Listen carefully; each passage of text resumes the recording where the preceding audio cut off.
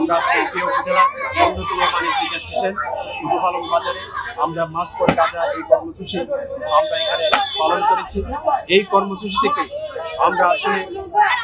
জাতিসংঘ মহাসচিব এবং বিশ্বের ইসলামী যে নেতৃবৃন্দ ওয়াইসি সহ আমরা সর্বোচ্চ নেতৃবৃন্দের কাছে আমরা আহ্বান জানাচ্ছি,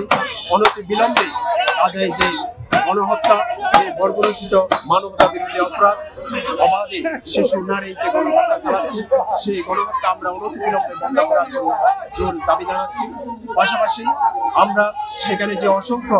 নারী এবং শিশু যে অরক্ষিত অবস্থায় রয়েছে, যে ঝুঁকির মধ্যে রয়েছে, সেই ঝুঁকি থেকে তাদেরকে নিরাপদ দূরত্বে আমরা সরিয়ে দেওয়ার জন্য আমরা জাতিসংঘ মহাসচিব থেকে শুরু করে সর্বোচ্চ পর্যায়ে আমরা নেতৃবৃন্দকে আমরা আহ্বান জানাচ্ছি এবং সেই সাথে অনতিবিলম্বে ফিলিস্তিনকে একটি স্বাধীন সার্বভৌম রাষ্ট্র হিসেবে যাতে ঘোষণা করা হয় সেই জন্য আমরা জোর দাবি জানাচ্ছি।